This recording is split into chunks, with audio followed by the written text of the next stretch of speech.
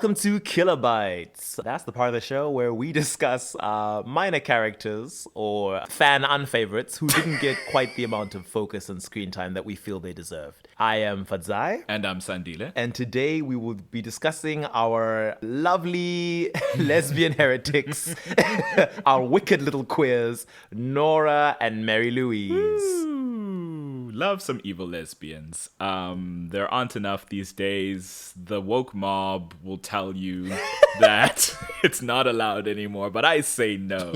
Let the gays be evil. Can't have evil gays because of woke.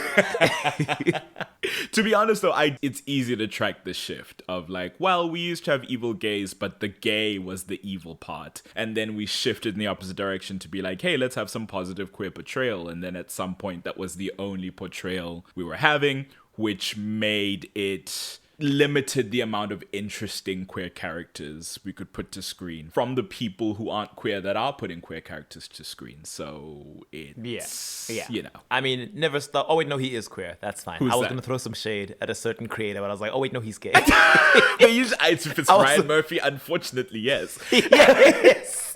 I was going to say never stop Ryan Murphy. I was like, no, famously queer. Famously queer man, Ryan Murphy has done plenty of evil gays. And you know what? Sure.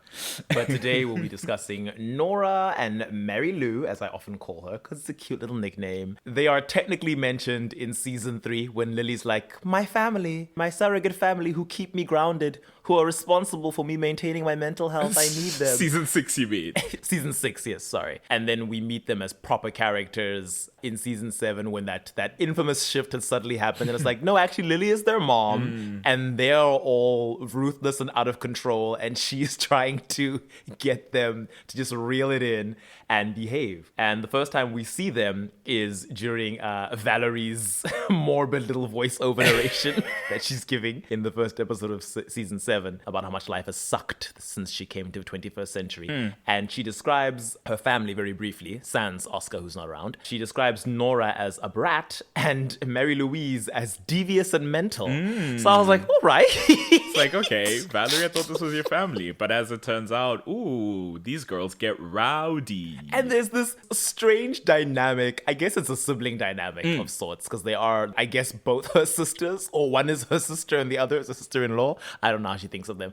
But they're supposed to be like this family unit, like siblings to each other. And sometimes they're like fiercely loyal and protective or very amicable with each other, and then other times it's like very much catty and fighting and dragging each other for filth at every opportunity. Yep. And I'm like, Valerie, do you like these girls or not? Do they like you or not? And it's like, I'm so confused. Do I like them? Not really, but I love them. And that's kind of what it is. Watching properly, like observing them specifically, I certainly found that I liked Nora more. Yeah. But I think I had already had a sense of that because obviously Mary Louise does things that unfortunately cost the team a lot of points. Initially, I had more of a appreciation for Mary Louise because her voice is the most, in my mind, as a non-British person, quintessential British. The way she speaks, it strikes me in a place that I'm not sure where it exists in my soul, despite her abject nonsense. She's just it's such a powerful posh accent, and I guess it's because she's yet another Australian actress playing a person with a British accent in this show. Really? Yes, she is. She's Aussie, so I guess it's very intentional on her part, and that's why it's so sharp. Yeah. And it's intentional too. It's reminiscent of Rebecca, played by Claire Holt, who's also an Australian actress putting on an English accent. You've threaded the needle. You've connected the dots for me. Okay. One of the earliest scenes where they actually get to speak, the first scene where they speak, Lily comes to them and she's like, I'm gonna go run some errands. Just gotta go look for the MacGuffin of this season. Be right back. Nora complains that, oh, so you're allowed to go off and explore the world, but, you know, we're cooped up inside, starving ourselves, pretending we are the strongest people on the planet. And I was like, okay, say that to Klaus Michelson's face. As we say. Bold claim. But all right. Or even just Rebecca and Elijah, who are mostly immortal. The heretics can be killed quite easily. As powerful as you'll prove to be withstanding explosive materials, it's like they can kill you. They could compel you theoretically. Yeah, they probably can. No, we don't see it. We never see we don't them, see but it I'm happen like, is the issue. I'm like, since hybrids, werewolves are immune to compulsion, but hybrids aren't immune to original compulsion. So I assume that in the same way that witches are immune to compulsion, heretics would not be immune to original compulsion. It's interesting. I wonder whose bloodline they're descended from. They're so lucky they're not of Cole or Finn, or they would have just died in the prison world. Yeah, I guess. Or maybe it would have been a loophole. Maybe being in the prison world would have protected them. You're so right, because all of them, and Julian was in the Phoenix Stone as well, so he was also immune. That's so interesting. That would be a cool loophole. Yeah. It's like, oh, we didn't die, even though we should have, because we were in another dimension. I mean, that dimension has the cure in it, and Ketsia's headstone filled with her magical blood, so why not? Why not? Why not? Lily is like, oh, Nora, because Lily's now, as I said, she's in her, I'm the controlled mother of the group. It's no longer you guys who were keeping me steady. It was actually me holding the group together. And she's like, have you forgotten how things used to be? Our way of life didn't work. Our appetite for murder drew unwanted attention and forced us to run for decades at a time before, ultimately resulting in us being imprisoned for a century in this prison world. When Lily first says, have you forgotten how things used to be? Mary Louise's first line is, you mean when you loved us and allowed us to have actual fun? Oh, God. And I'm just like, such a quintessential Mary Louise. I love that that's the first thing she says.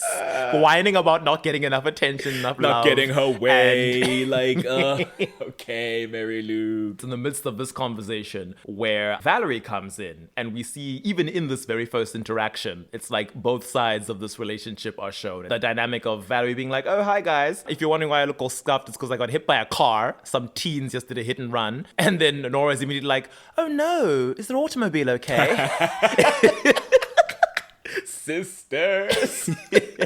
When Valerie goes on to be like, yeah, I had to lie there and pretend to be roadkill because you, Lily, have forbidden us from being able to retaliate and stand up for ourselves. And she's getting teary-eyed. And Nora literally softens in that moment. And she's like, no, Valerie, don't cry. It's okay. You're here and you're home with us and you're safe. And even Mary Lou chimes in and she's like, yes, as long as we have each other, we don't need the rest of the world. Forget that. And I was like, well, this is lovely. Yeah. I wish this energy lasted, but it's really up and down with you three.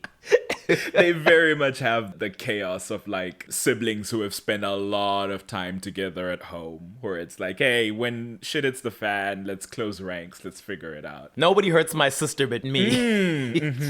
And to that point, they then go off with Valerie and murder the wayward teens. As you do. As you do. Those drugged up human teens. It's their fault. It's their fault. And then it's like, in that scene, Mary Lou is actually the one, even though she wasn't there and she's getting this information secondhand, she's the one who, when they're killing the girl, is like, you're worse because you thought about helping and then you still did nothing. And I'm like, what? All she needs. Mary Lou is ready to take down a woman at any given point. She was like, I'm not a girl's girl. And even though I'm a lesbian, I don't support all women. I don't support all women. Some of you are not my partner. In fact, most of you aren't. That really is that's really the only woman who she's like, I'm always on your side. And even then. But well, and then Nora, already showing one of the key differences between the two of them, acclimates quite well to the 21st century and has a natural curiosity for all the things that she's missed out on and needs to learn. When they feed off the poor teenage girl, Nora immediately takes a selfie with her corpse.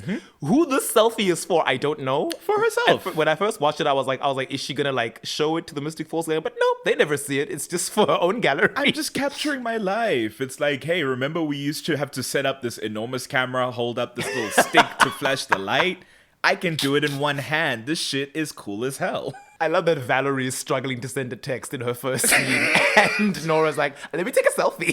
And later she's speaking to somebody about Pinterest. I'm like, girl, Yes. I don't understand Pinterest and I'm from this era. You're killing it. We see their mean girl sides come out more when Caroline and Matt go in to plant that bomb. Caroline's like, hi, housewarming gift. And Nora, not knowing who Caroline is, having no reason to dislike her, is immediately like, ugh, who's this bitch? Right. Right. And she's like, no, I'm your neighbor from down the street, bringing in a housewarming gift to welcome you to the neighborhood, town tradition. Nora sees the flowers and she's like, Mary Lou is allergic to nature. Or is it Valerie? I think it's just Valerie. Valerie would hate Valerie. this. She's allergic to nature. Valerie's allergic to nature.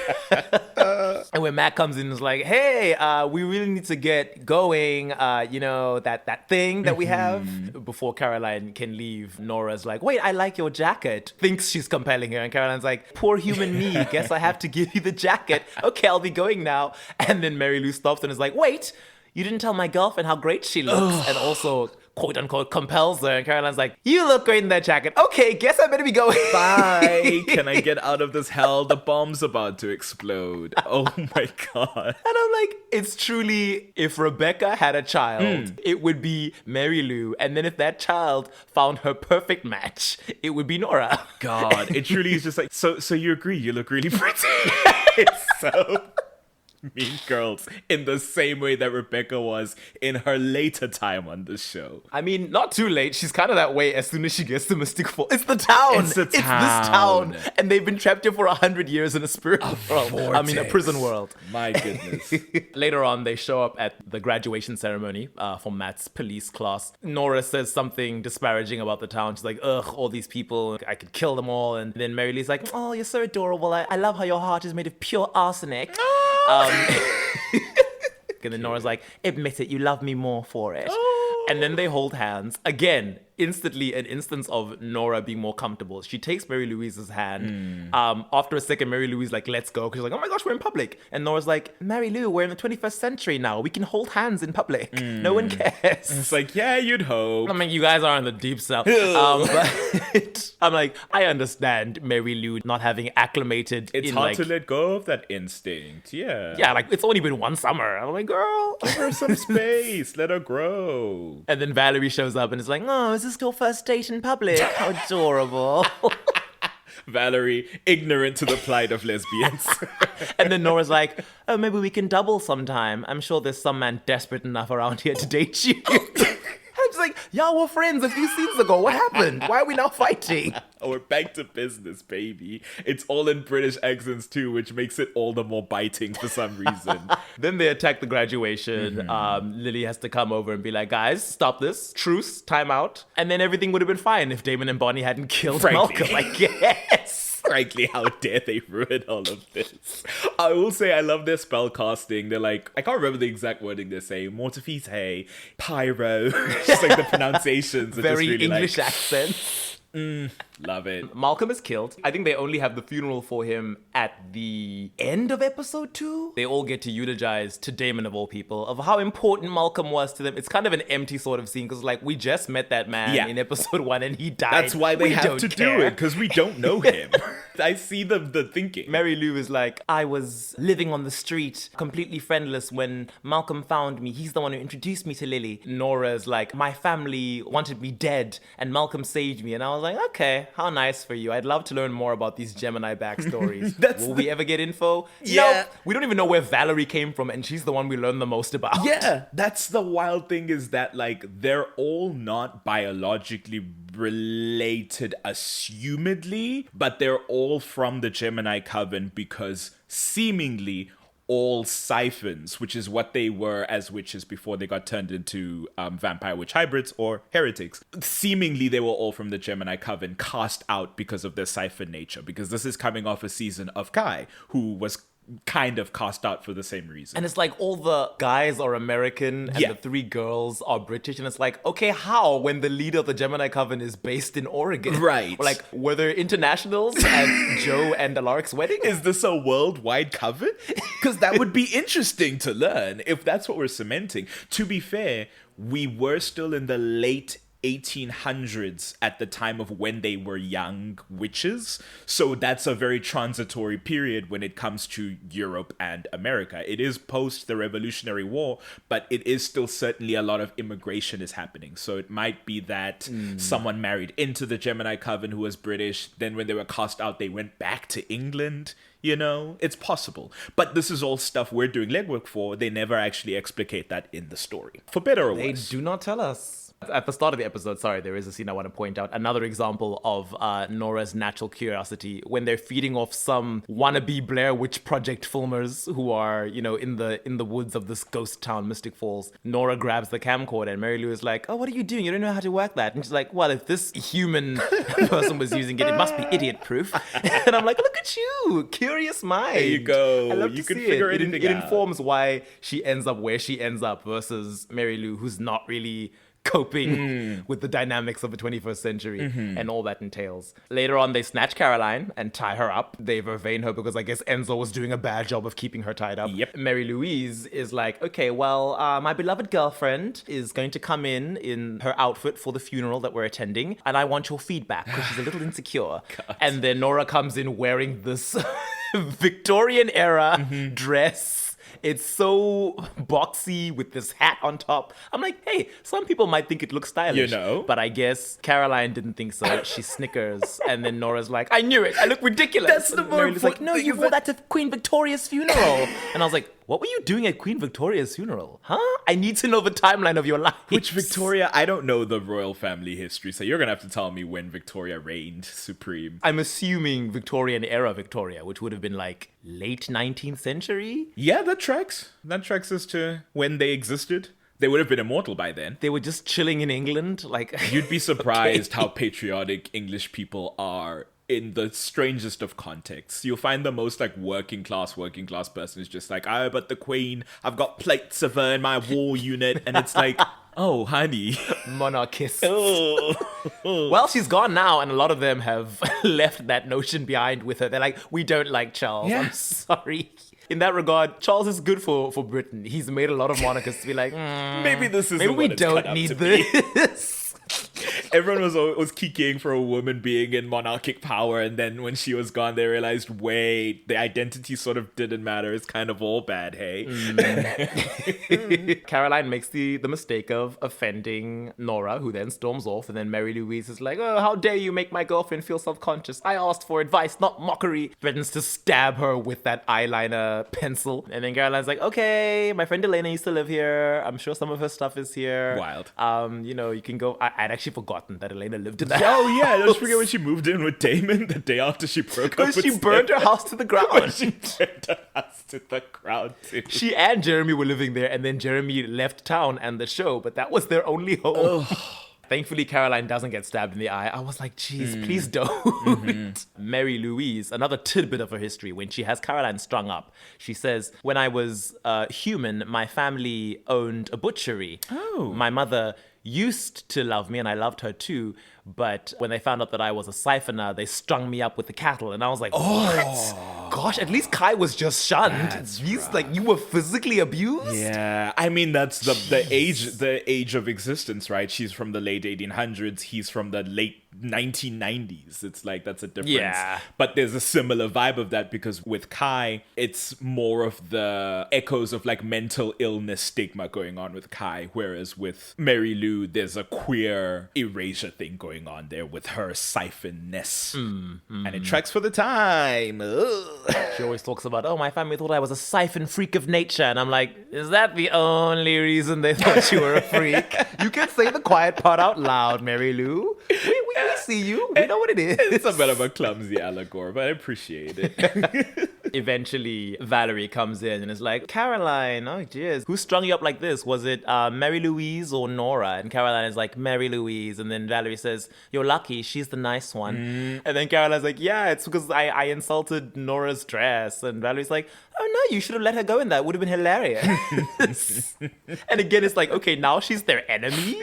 And Caroline even asks, she's like, aren't you guys like friends? And she's like, they're actually really, really horrible mean girls. I once insulted Nora and Mary Louise poisoned my food for a month.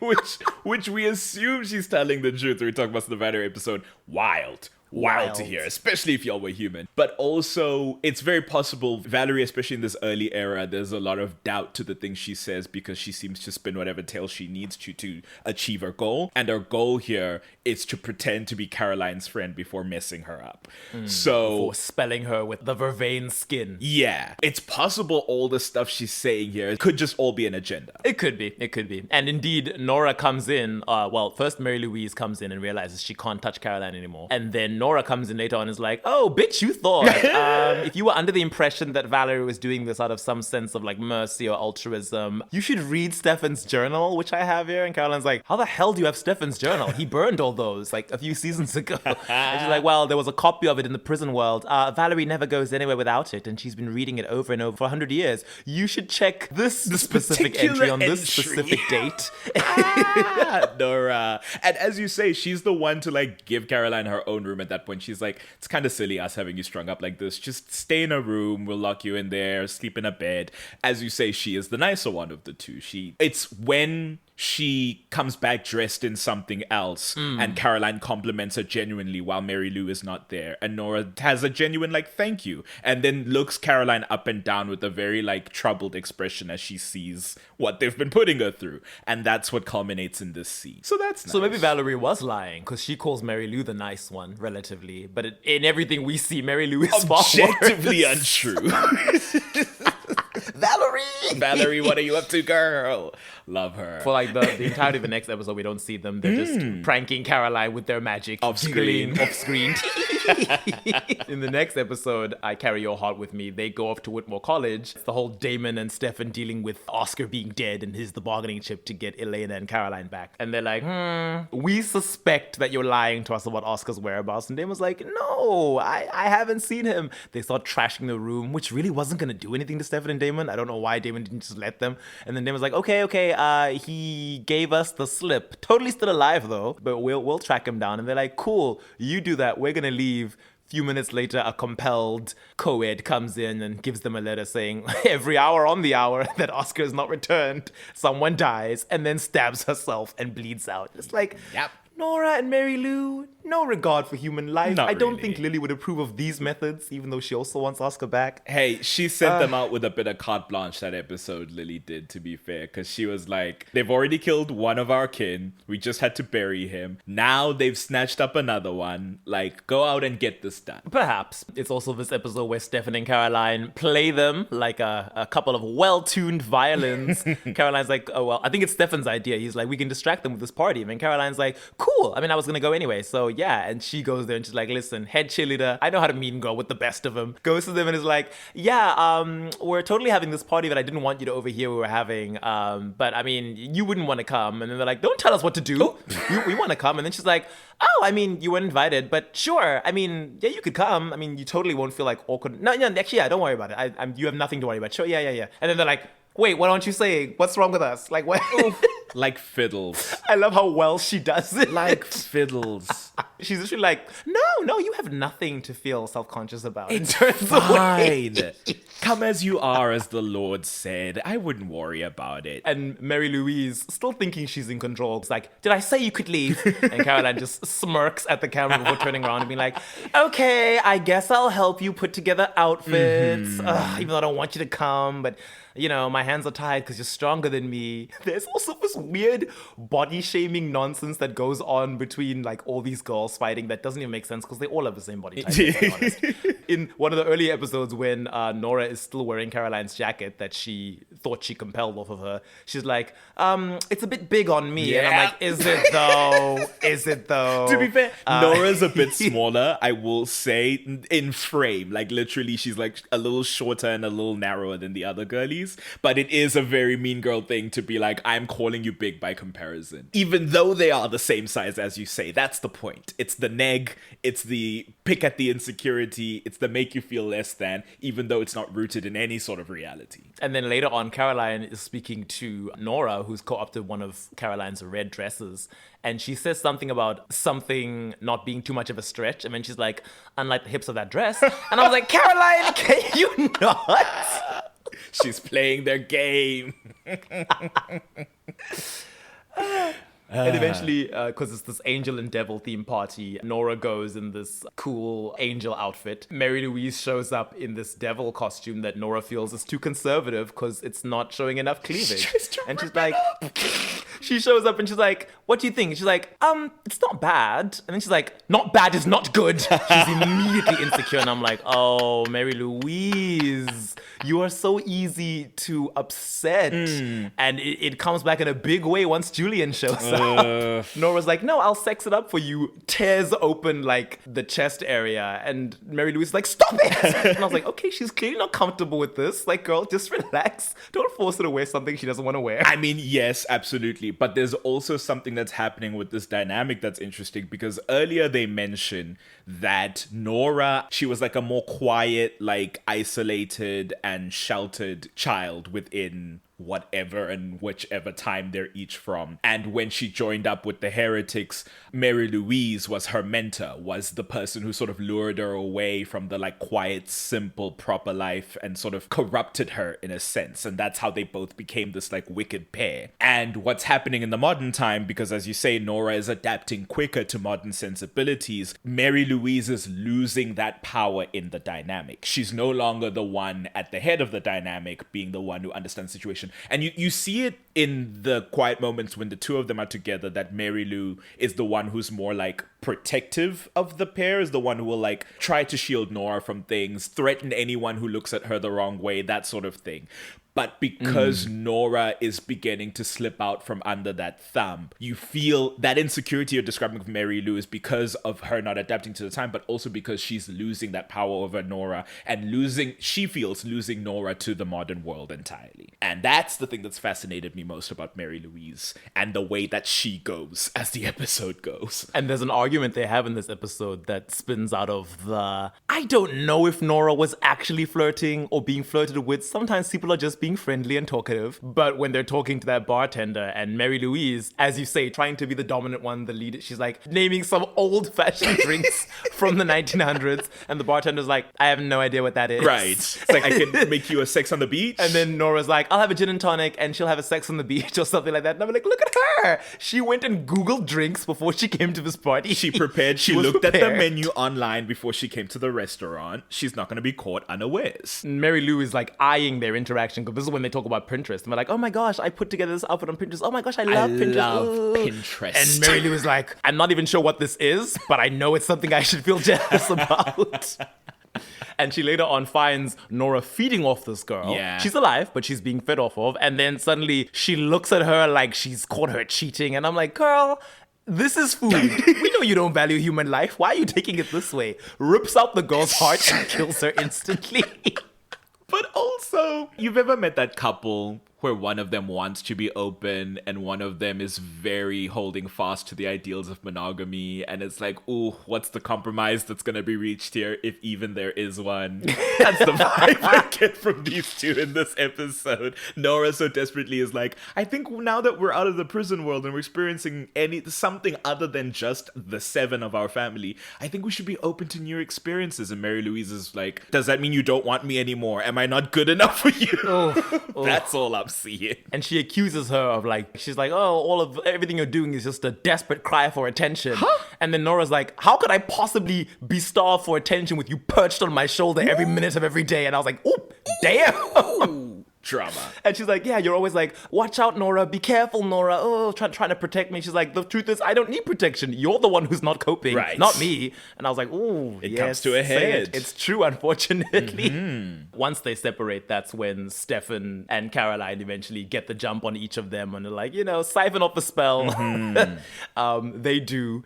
It's a lovely triumph for Stefan and Caroline. But ultimately, when the two of them, Nora and Mary Louise, come to, they sort of reconcile. Nora wakes up later than Mary Louise. She's cradled in Mary Louise's lap. And they're like, oh, no, it's fine. And Nora's like, I want to go rip off Stefan and Caroline's heads and bash them together like two disgusting melons. And Mary Louise is like, oh, you're so protective. Like, who cares about them? We're together. It doesn't matter. There you go. Cute.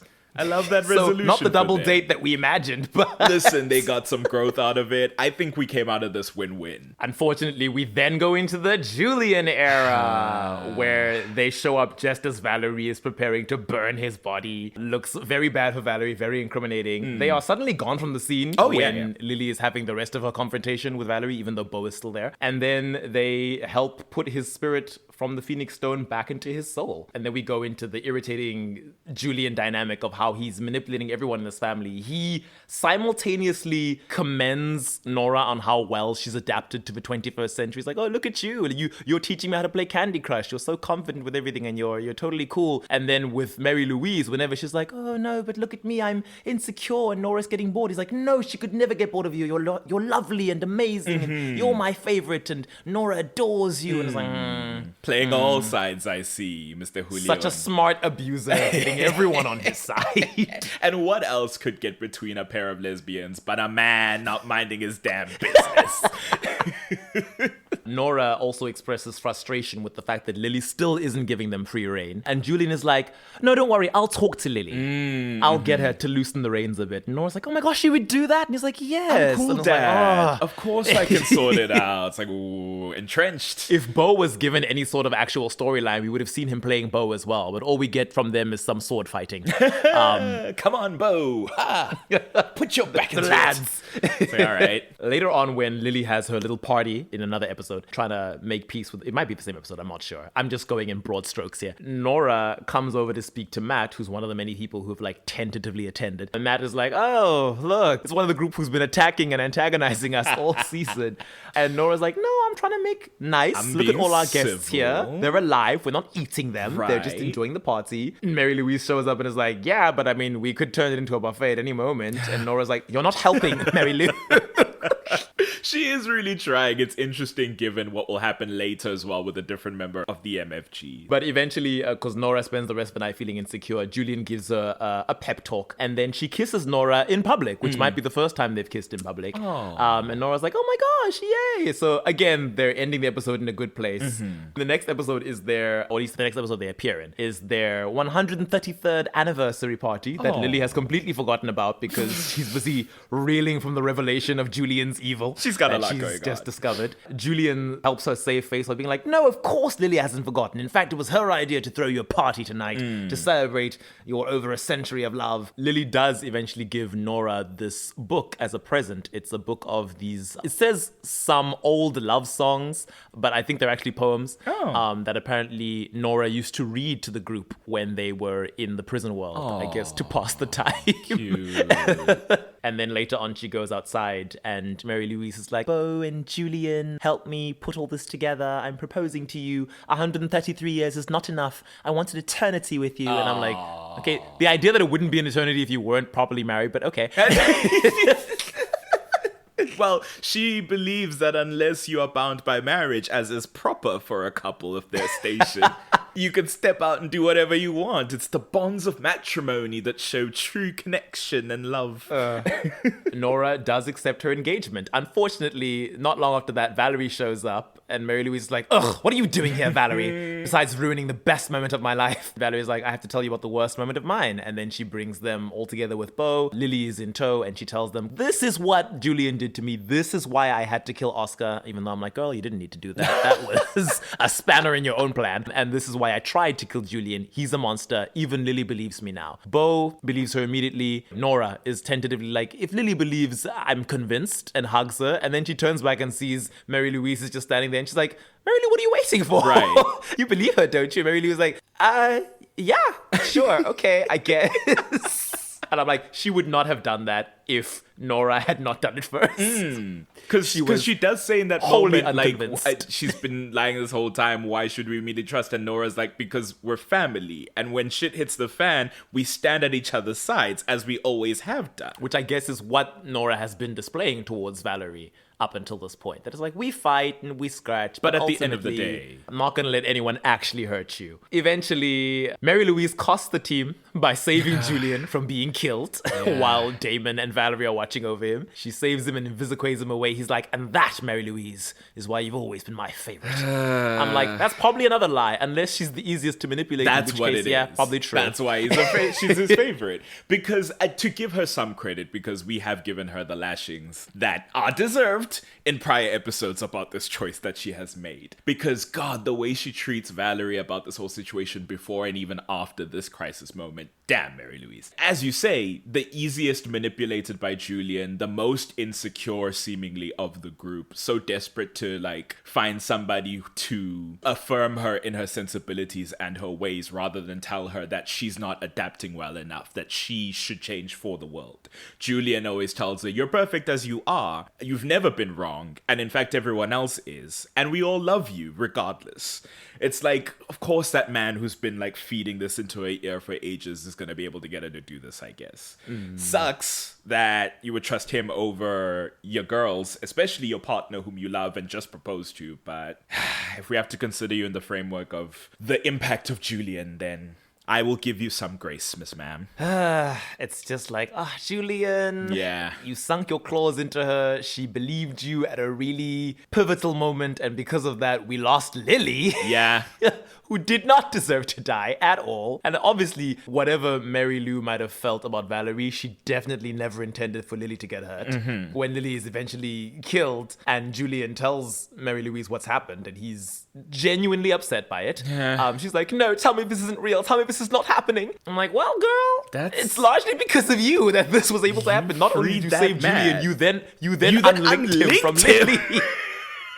And the fact that Mary Louise was able to do that on her own made me think, okay, so why did we need everybody? Yeah, why did Valerie not unlink Lily the second that she had her on her side? Right. I honestly don't super know how that works out. She was just motivated by her devotion to Julian, which ultimately is what ends the engagement because Nora gives her back her ring and says, this doesn't represent our love, it represents Julian's ability to manipulate us. And I was like, yep. Damn, girl. Even then, Nora's still like, no, it's not me. Valerie. It's She's the one Valerie. ruining all this. And I'm like, sweetie, no. And even after that, because they only come back episodes after that, and when she and Valerie encounter each other again, she's still on that same bullshit. After Lily's funeral that she didn't come to. She didn't go to the funeral. Valerie meets her in the Salvatore home, and she's like, oh, what are you doing here? And she's like, oh, looking for Julian. She mentions what Julian did to her again. And Mary Louise is like, oh, still sticking to that story, are we? And I was like, really? God. Really? And Valerie's like, why would I lie about this? And then she brings up the, well, I don't know, you lied about killing Oscar. And I was like, that is clear reasons given as to why she would lie about that. That was a bad decision. She didn't need to kill Oscar.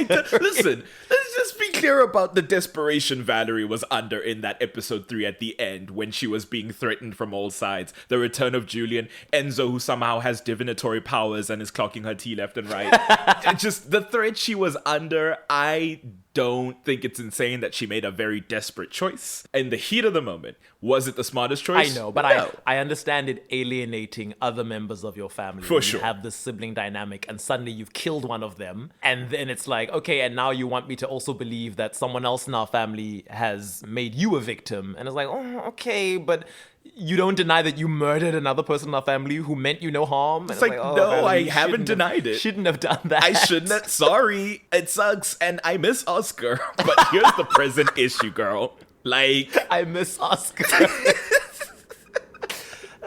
we all love that dude. Oh, I can't remember what it is. Valerie drags her for filth in this scene. Oh, I remember because What was Mary it? Louise is like, you're sticking to your story, and because Mary Louise tries to blame Valerie for everything that happened following that revelation. Apparently, it's her fault Lily's dead, and her fault their family's now scattered. And Valerie's like, you're right. I shouldn't have placed my pregnant womb in front of Julian's boots.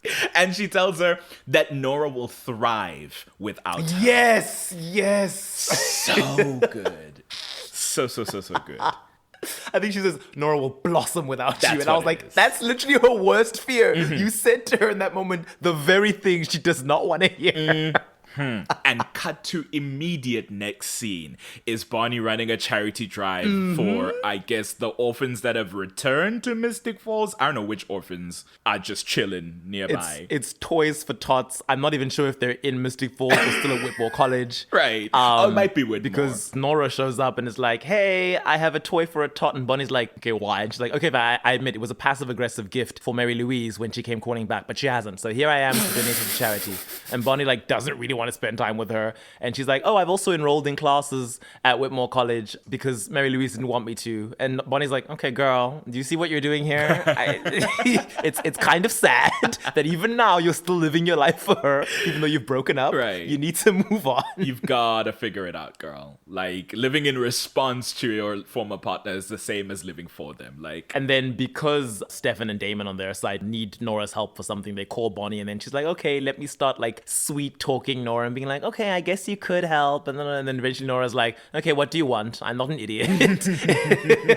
But they have this dynamic that'll last a few episodes where it's like kind of flirty. And like eventually Bonnie will even like call it out a few episodes later. She's like, you're obviously doing this to make your ex-girlfriend jealous. Like I can see what you're doing. So, you know, let's go big or go home. you know? And it's like, hello? Wish we ran with this one. Instead, I have to watch her with Enzo St. John. You know? In a very similar scenario. It's just like, I think I would have preferred if it was gay. I don't know. I think the writers were like, ooh, queer Bonnie. And then they were like, oh no, but Willow Rosenberg and her counterpart in Buffy is queer. Okay. We can't do it. It's never a worse reason to be like, we can't make this character gay because their counterpart is also gay. If you don't, then it's erasure.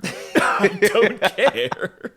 But Mary Louise does show up. First, Nora has a scene where she's giving a gift to some sickly toddler in the hospital. A girl who says, can I have one of the boy toys? Pointing at a football. And then Nora hands it to her and she's like, yes, you can have whatever you want. Never let anyone in this world tell you what you can and can't be. And I was like, yeah. Because I'm a lesbian. The gay agenda.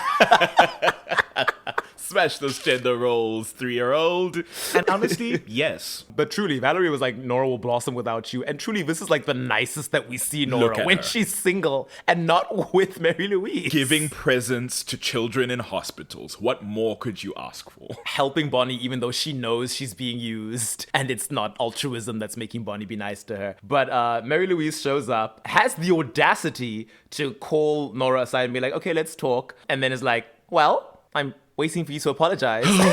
Nora's like, me apologize to you? Oh, Mary Lou. And I was like, the audacity, the gall, and the gumption. My Lord. Nora's like, we're not reconciling. You clearly still want to side with Julian. Lily is dead because of your nonsense. You still don't believe Valerie. And Mary Lou's like, don't let that lying harlot come between us. And she's like, I believe her. I don't know about you, but I believe Valerie. Let me make that very clear to you. And it's like, Mary Louise, I don't even know if it's that you truly don't believe Valerie or this is what you've had to convince yourself to stay like it's in the sunken stance that cost. you want to stay in. Yeah, there's no turning back on this now. Otherwise, you have to look back on everything going back to that moment and realize you were wrong the whole time and it's kind of your fault. And she can't do that. But that rift doesn't necessarily last that long because eventually Mary Louise gets snatched. Stefan is trying to lure Julian in. Stefan and Valerie are. So they snatch up Mary Lou as bait. And he texts Nora to be like, hey, your new friend snatched up your ex-girlfriend. Stefan sweet talks Mary Louise for the second time and then forfeits her. Yeah, it's kind of unfortunate. He did it at the dance as well, the party. Then Nora learns this and she's like, okay, well, all bets are off now. I don't care about any of you. Turns to Bonnie, who's just been sitting here and is not really... Who has no idea what's going on. And starts siphoning her so strongly that Bonnie passes out, seemingly unable to even strike back when it's happening, which is bizarre, but I guess it tracks with all the moments Kai has done it to her. What a nightmare this girl has to face. Gosh. And she goes off to snatch up Mary Lou while in Visiquade from under Valerie's nose and dips in the armory, and then goes and kills Stefan with the Phoenix Stone while he and Caroline are reeling from Damon's murder. Yeah. Weirdly, the next time we see her, Caroline is having a baby shower and Nora has been invited. Matt doesn't understand why Bonnie invited her. And Bonnie's like, well, you know, trying to make peace. And also she helped us get Stefan out of the Phoenix Stone. And I'm like, what? But she put him there. Was there a scene I missed? I missed that. Maybe I'll have to go back and check. But all I know is Nora put him in there. Yeah. And then nobody's super worried about it after that. And I was like, yeah, sure, it's season 7. I don't remember her helping. Maybe they gave her this spell? I don't know. Because they do imply Bonnie's been at it for some time by the time she manages to get Stefan out. Maybe they bargained something that she wanted, some information or whatever, and she was like, okay, here's what you gotta do. I don't know. I would like if she just gave it of her free will, and that's why Bonnie's being lenient, to be like, okay, she just gave the spell. So once she calmed down, she was just like, I just wanted Stefan to cycle through the Phoenix Stone For a and little have the bit. mental torture. You know? I didn't want him to stay dead. Yeah, I would appreciate that. I'll have to go back and check. But Bonnie's like, yeah, I feel bad for her. Also, wisely, Bonnie is like, it's better to have one of the heretics as a friend Than an enemy. And I'm like, Exactly. or more than friends, Bonnie? Maybe? I don't know. Well, I mean, we don't know if they're back together yet. That's not been clear. Nora's like, okay, well, I can hear you, vampiring. Maybe I should leave. Matt is like, yeah, maybe you should. And Bonnie's like, no. And then Nora suddenly gets offended and is like, okay, Matt, you might want to calm down before you say something that offends me. Starts to telekinetically choke him and threatens to tear out his throat with magic. Bonnie then steps between them. Doesn't cost any of her own spells. She just says, Nora, stop, please. Like, she just says, please. And Nora lets him go. And I'm like, now look at the girl who calms you down, who doesn't bring out your worst side. She says, baby, this isn't you. Okay, Nora. Right for your girl. This is the episode where she brings the X, or is that the episode after that? I think it is when she's got the X. That might have been what incentivized her to come to the party as well. She's like, is this your idea of a joke? And Bonnie's like, the alphabet? I don't know what this means. And then she explains, oh no, it's the hunter's mark. It means that she's coming for us. She hunted us back in the day and now she's back. That launches them into the little saga where they go off to go and find this huntress. Mary Louise tags along. She and Nora still aren't together at this point. Mary Louise implies that she thought Bonnie wasn't going to come with, and Bonnie's like, no, my friends are in danger too. I'm coming with. Mary Louise is in the backseat of the car while Nora and Bonnie are in the front, kikiing. She's being very catty. Bonnie's like, you can get out and walk if you don't want to be nice. So good. She and Nora even have like some inside jokes about stuff that Mary Louise doesn't get. Oh, shame. It's hilarious. And then eventually they do find old Raina, and grey Raina Cruz. Yeah. Mary Louise and Nora are like, oh, this deadly huntress, let's just kill her right now. They go off while Bonnie speaks to Raina, who she doesn't yet know is Raina. Raina attacks her. Enzo shows up and saves her, killing Raina for the time being. Enzo gets Bonnie to leave to go and find the wicked lesbians. And when Bonnie comes back, Enzo has disappeared with Raina's corpse. God. Oh, I think this is also the episode where Nora explains to Bonnie, like, the lore of the Phoenix Sword and how Raina Cruz came to be. So it's cool that she's the expositor for that thing. And at the end of this episode, Mary Louise apologizes for choosing Julian over Nora. She's like, we made a good team today. I'm really, really sorry for what I did. I hope that someday that you can forgive me. And she heads for the door, and then Nora calls her back and she's like, we did make a good team today, and gestures for her to like come and sit down. We'll figure it out. That's cute. The next time we see them is when Caroline is going into labor. Right. And Valerie's like, okay, let me call up all my heretic brethren to create this little pocket of magic outside your body so that your siphon babies will be drawn out. However, in the middle of that, because of stuff that Damon and co are doing on their side, Raina Cruz is reunited with her sword and is on her way to finish off her victim, her closest marked victim, Beau. His scar opens up and starts to bleed. We had previously seen in some flashbacks about how Julian and the heretics tussled with Raina back in the day. But they're like, okay, so Beau is bleeding. We need to get the hell out of here because we are not messing with this huntress. We might be 4 powerful heretics, but nah. We don't. She's immune scary. to magic. She's incredibly strong. She will kill us. And apparently she can't die since Enzo killed her the other night and she's back. Stefan's like, no, you can't go. You have to stay here and help Caroline. And Mary Louise says, listen, I get it because we're in a good place now. You love Caroline. I also love Nora, and I'm not about to let anything happen to her. We need to get Beau, our brother, and leave. And Valerie's like, I'll stay behind and cast a spell. You guys run. And they're like, no, Valerie, you can't do it. You're like just one heretic. The spell will drain you. Eventually, they do leave, only for Beau to immediately get killed, stabbed with the Phoenix Stone again into the sword. outside. So crazy. And they just invisiquate and run. She sets his body on fire. Reina's like, no coming back after this. Sparks her sword against the ground and sets his body on fire. I think she'd like pops a hole in the emergency vehicle to get the gasoline over his body. Reina's crazy. I love her. So Nora and Mary Lou flee into the night. And we don't see them again for a while until they're like at a gas station or something. On the run now. They're like, hey, we have no family left in the world. And obviously Reina's going to keep hunting us because she knows who we are, I guess, and personally hates us. Nora's like, no, but I think this could be a fresh start for us. And there's no one, I'd rather be on the run with than you. No more of Julian's lies and, the manipulation, all the bad history. Let's just leave all that behind us. It's you and me, girl. And she proposes to her with a candy ring. And she's like, it's not a real ring or valuable, but it represents my love for you in this moment. And Mary Louise is like, okay, I accept. And I'm like, oh, now you've each proposed to each other. That's cute. However, then the Armory, one of our favorite antagonistic forces in this show, they show up and tranquilize the girls with vervain and snatch them up. How the hell did they do that? Make it make sense to me. I don't even know how they... Oh, no. You know what? What's her name? Alex St. John. Or is it Virginia? Which one is Alex? Alex is the one who's the main one, yes. She's like, oh, we were tracking their phones. Okay. That's what it was. All right. Sure. Because I guess Nora, tech savvy. It's your fault, acclimated Nora.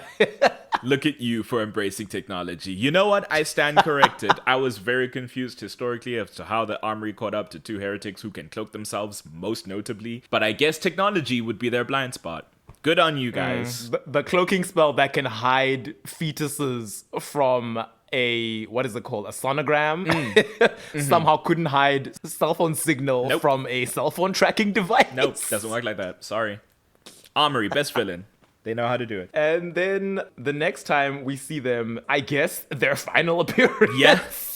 Yeah, because they're just in the Armory for 3 years being experimented They're just in the Armory. And I'd fully forgotten that that's where they had been until we started doing this podcast and rewatching all these episodes. I was like, oh, that's where you are at that point in the story. Mary Louise has been getting experimented on. Valerie's just tied up and Alex comes in and is like, hey, Val, need a favor. So I need Enzo, who's been running around causing trouble.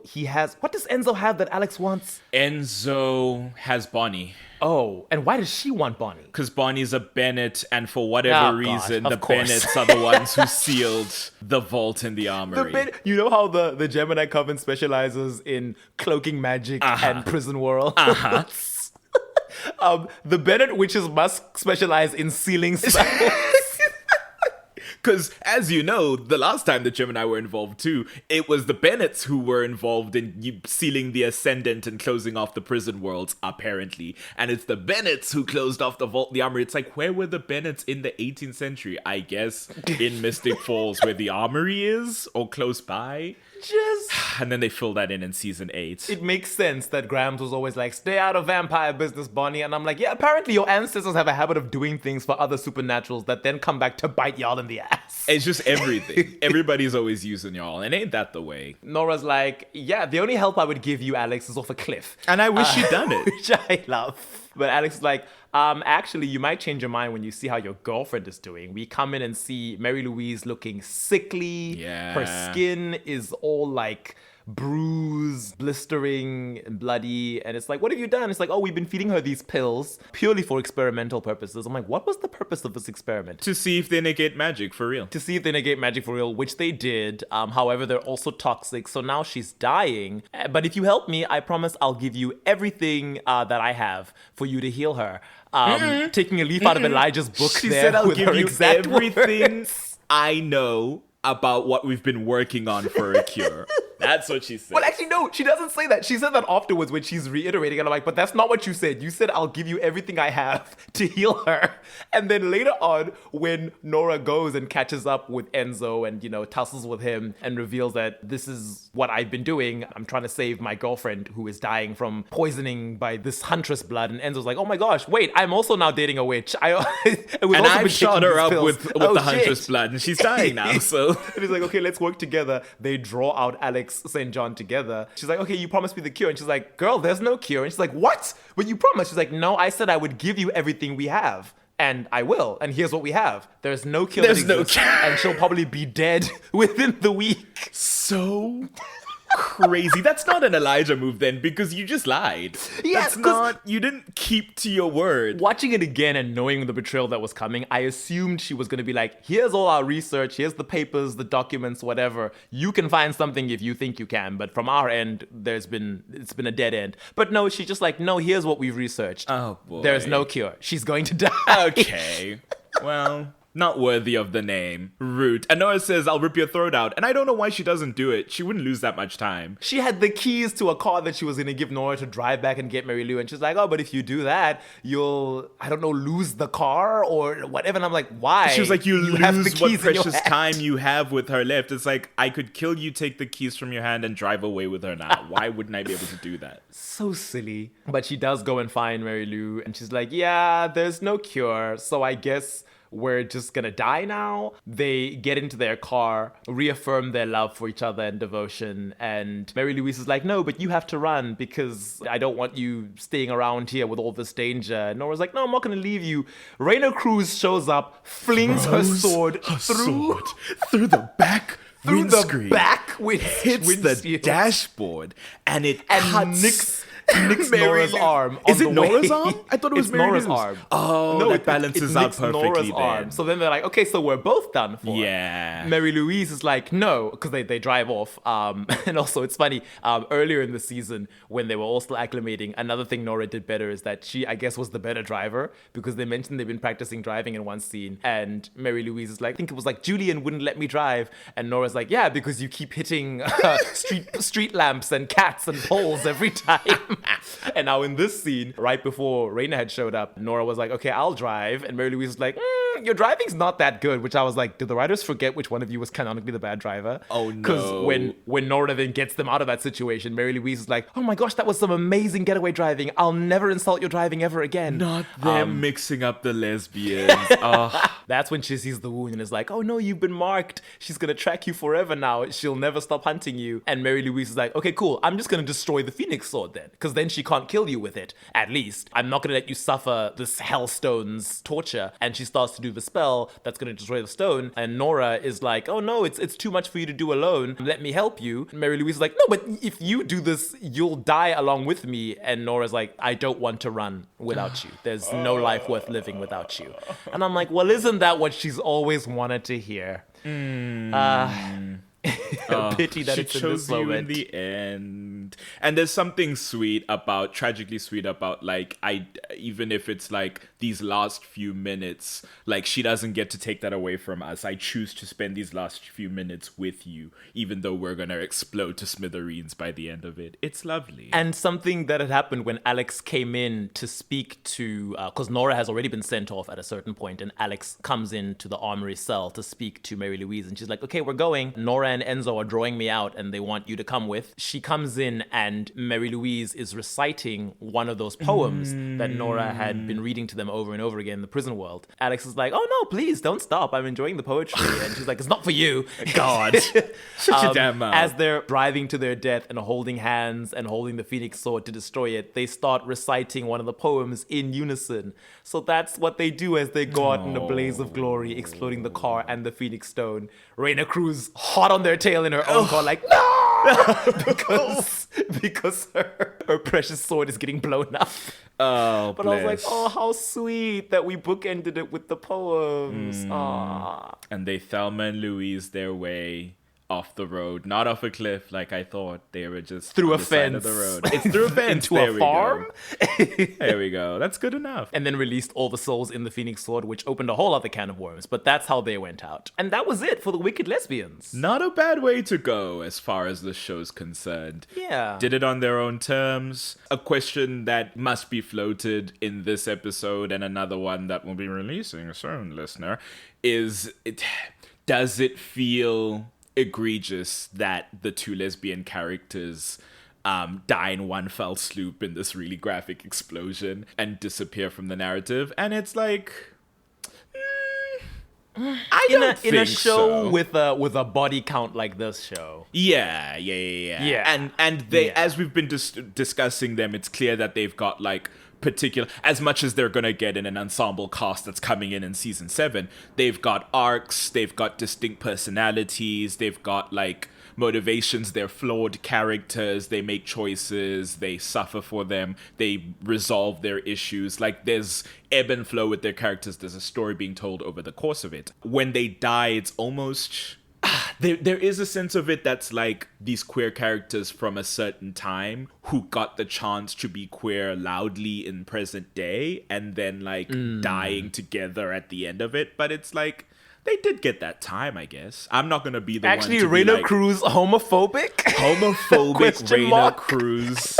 18th century Raina Cruz couldn't stand to see two lesbians love each other out loud and proud. Raina said, listen, I'm a fairly, relatively masculine woman in my own right, but I'm not queer. So when you guys come out being all, rainbow flaggy, it makes me look bad.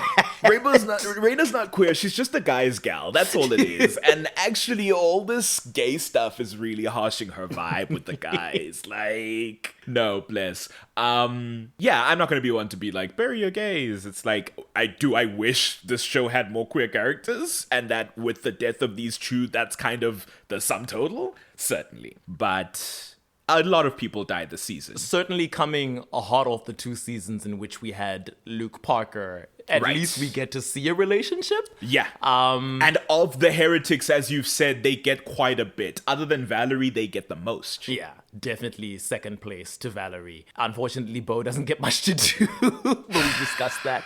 But at least it's like, yeah, the girl's thriving. As much as it's like, oh, Luke's sexual orientation doesn't really factor into the narrative at all. In a CW show of all things. It's nice that in this one, maybe a little too much is about their relationship. That's basically their arc, that they're in love with each other, that they're a couple. It's the feminine form of Billy and Teddy. Fair. They exist to be a couple, the blonde and the brunette. Fair. And they must be married, and they cannot stray outside of their pairing. They can never ever date anyone else.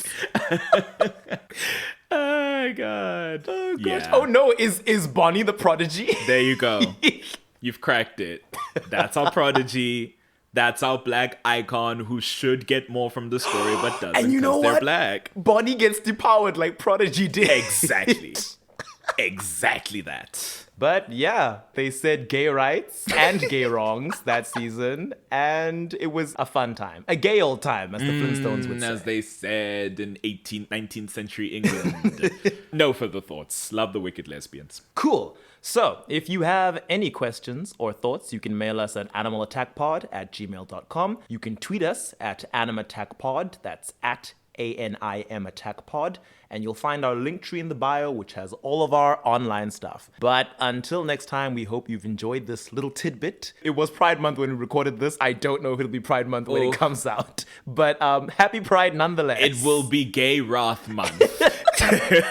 Every month is Pride Month when this is your existence. And ain't that the truth? But that's it from us, so bye. Cheers.